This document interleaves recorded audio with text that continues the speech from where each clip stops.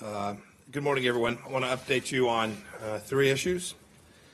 Four, if you want to count my upcoming trip to Asia, including North Korea.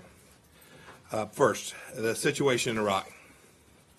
The second, a statement about the ruling this morning from the International Court of Justice. And finally, I want to talk about my effort to put America's diplomatic corps back on the field. So the situation in Iraq. Iran is the origin of the current threat to Americans in Iraq. It is to blame for the attacks against our mission in Basra and our embassy in Baghdad. Our intelligence in this regard is solid. We can see the hand of the Ayatollah and his henchmen supporting these attacks on the United States. On Friday, I ordered the temporary relocation of U.S. government personnel from our consulate general in Basra. I also warned the Iranian government that we will hold it directly responsible for any harm to Americans or our diplomatic facilities, whether perpetrated by Iranian forces or by associated proxies or elements of those militias. These latest destabilizing acts in Iraq are attempts by the Iranian regime to push back on our efforts to constrain its malign behavior. Clearly, they see our comprehensive pressure campaign as serious and succeeding, and we must be prepared for them to continue their attempts to hit back, especially after our full sanctions are reimposed on the 4th of November.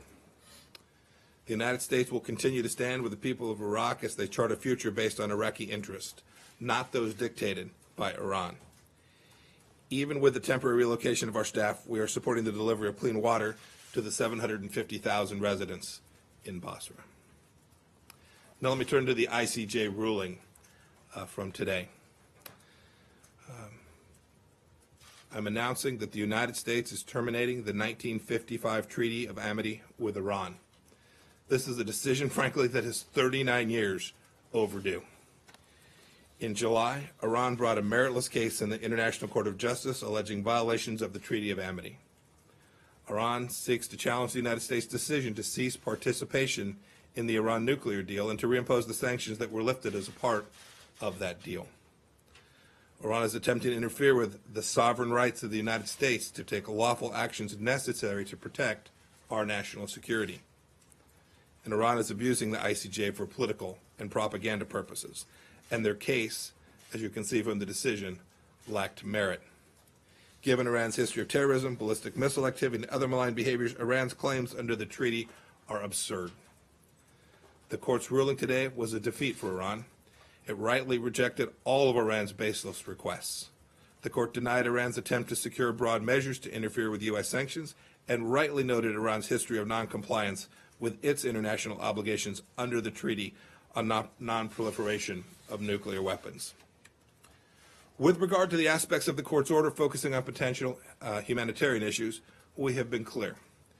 Existing exceptions, authorizations, and licensing policies for humanitarian-related transactions and safety of flight will remain in effect. The United States has been actively engaged on these issues without regard to any proceeding before the ICJ. We're working closely with the Department of Treasury to ensure that certain humanitarian-related transactions involving Iran can and will continue. That said, we're disappointed that the court failed to recognize that it has no jurisdiction to issue any order relating to these sanctions measures with the United States, which is doing its work on Iran to protect its own essential security interests. In light of how Iran has hypocritically and groundlessly abused the ICJ as a forum for attacking the United States, I am therefore announcing today that the United States is terminating the Treaty of Amity with Iran. I hope that Iran's leaders will come to recognize that the only way to secure a bright future for its country is by ceasing their campaign of terror and destruction around the world. The third item, putting the diplomatic team from the United States Department of State back on the field. I want to talk about the fact that there are 65 nominees now sitting with the United States Senate. That's over a quarter of all the senior level confirmable positions that the United States Department of State is tasked with using to achieve its diplomatic outcomes. And I want every single American to know that what Senator Menendez and members of the Senate are doing to hold back American diplomacy rests squarely on their shoulders. Both Republicans and Democrats agree that a fully staffed State Department is critical to American national security. And Dean, when I was before the Senate Foreign Relations Committee, Senator Menendez told me, quote, "The problem is we have an emaciated State Department under this administration," end of quote. Well, we've now done our part to fix that. He now needs to do his, and the Senate needs to do its part. These candidates are quality candidates. They are not sitting on the Senate floor because of objections with respect to their quality, their professionalism, their excellence, and their ability to deliver American foreign policy. Wave after wave of these extremely qualified nominees have been sent to the United States Senate. Let me give a few examples. John Richmond, he's been stuck for 85 days while we try to make necessary progress on combating human trafficking, a priority for this administration and a shared priority of Senator Menendez. We have Kim Breyer, the President's nominee to head up Western Hemisphere affairs, stuck for 204 days while the crisis in Venezuela and Central America continues to rage. David Schenker, the President's nominee to lead the Bureau of Near East Affairs, is held up while the humanitarian crisis continues and while Iran continues to undermine peace and stability throughout the Middle East. Russia is seeking to prey on our elections, but Ellen McCarthy, a 30-year veteran of the intelligence community, and the President's choice to head the Bureau of Intelligence and Research, sits on the Senate floor. As American forces are engaged against terrorists around the world, Clark Cooper, an experienced military professional designated to lead the Bureau of Political Military Affairs, waits for the Foreign Relations Committee to act on his nomination. You should know that as a former member, I completely appreciate the Senate's advice and consent role and their duty to conduct oversight.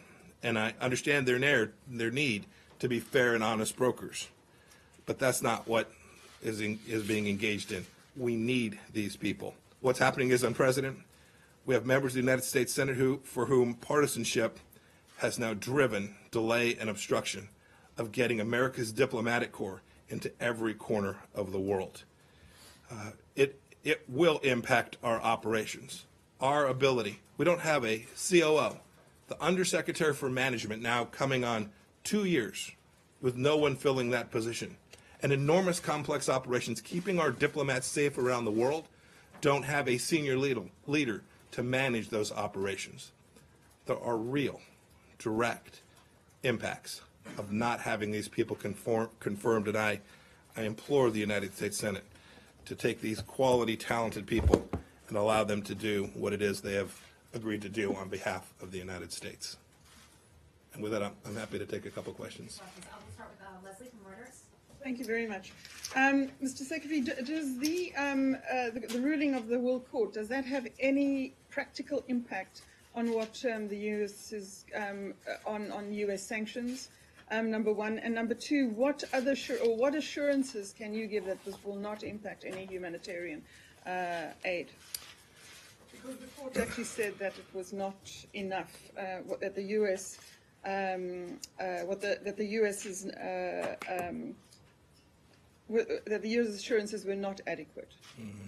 The United States has been very clear. We will continue to make sure that we are providing humanitarian assistance in a way that delivers for the people we have spoken very clearly about, the Iranian people. We care deeply about them. We will make sure that we continue to afford the flexibility so that that assistance can be needed.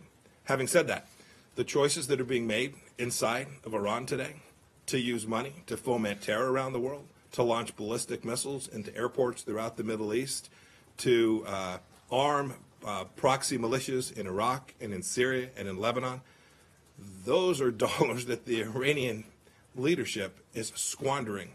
They could be providing humanitarian assistance to their own people, but have chosen instead a different path, a path of revolutionary effort around the world, showing utter disregard for the humanitarian needs of their own people. I wanted to ask about North Korea, Mr. Secretary. The North Koreans have a new commentary saying the end of war declaration issue should have been resolved half a century ago in light of your trip coming up. Will it be resolved this weekend? And if not, what would be the reasoning against offering this? So I'm not going to comment on the progress of the negotiations on the end of war declaration or any other items, only to say this. I'm very happy to be going back. to get another chance to continue to advance the commitment that Chairman Kim and President Trump made back in Singapore in the second week of June. I'm optimistic that we'll come away from that with better understandings, deeper progress, and a plan forward, not only for the summit between the two leaders, but for us to continue the efforts to build out a pathway for denuclearization. Next question, Michelle from Al Hurra. Yeah, thank you. Mr. Secretary, Russia has delivered today S-300 systems to Syria. You said in the past that it's a serious escalation. Are you planning to take any measures in this regard? And my second question on Iraq, any comment on the election of Barham Saleh as a president and the designation of Adil Abdel Mahdi as a prime minister? So I've had a chance to speak with the new Speaker of the House and the new President. I've not had a chance to speak with the new the President designee as of yet. I hope to do so, and I am equally hopeful that they will follow through on the commitments that they made when we spoke. These are people that we know pretty well. They've been around the Iraqi government scene for some time, and what we talked about was building out an Iraqi government that was an Iraqi government of national unity, that was interested in the welfare and future good fortunes for the Iraqi people, not controlled by the Islamic Republic of Iran. It's something that was a shared set of objectives, and I'm very, very hopeful that we can continue to work with the Iraqi people and the soon-to-be completed formed new Iraqi government to deliver against that. Your first question was about the S-300. I'm certainly not going to comment on our intention on how we will address that, but my comments before were true. Having the Russians deliver the S-300 into Syria presents greater risk to all of those in the affected areas and to stability in the Middle East. We consider this a very serious escalation. Thank you. Last question, Kylie from CBS News. Hi, Secretary. Question, can you explain to us a little bit the practical reality of the U.S. terminating the amity with Iran and just how we'll see that play out? And then secondly, just because we're going to North Korea, is there any time frame for what the U.S. wants to achieve, given that last week we heard President Trump say that the U.S. is not playing a time game, but you said that you want rapid denuclearization of North Korea completed by January 2021. Those are entirely consistent with each other. We want it fast, but we're not going to play the time game. My comment about 2021 was not mine.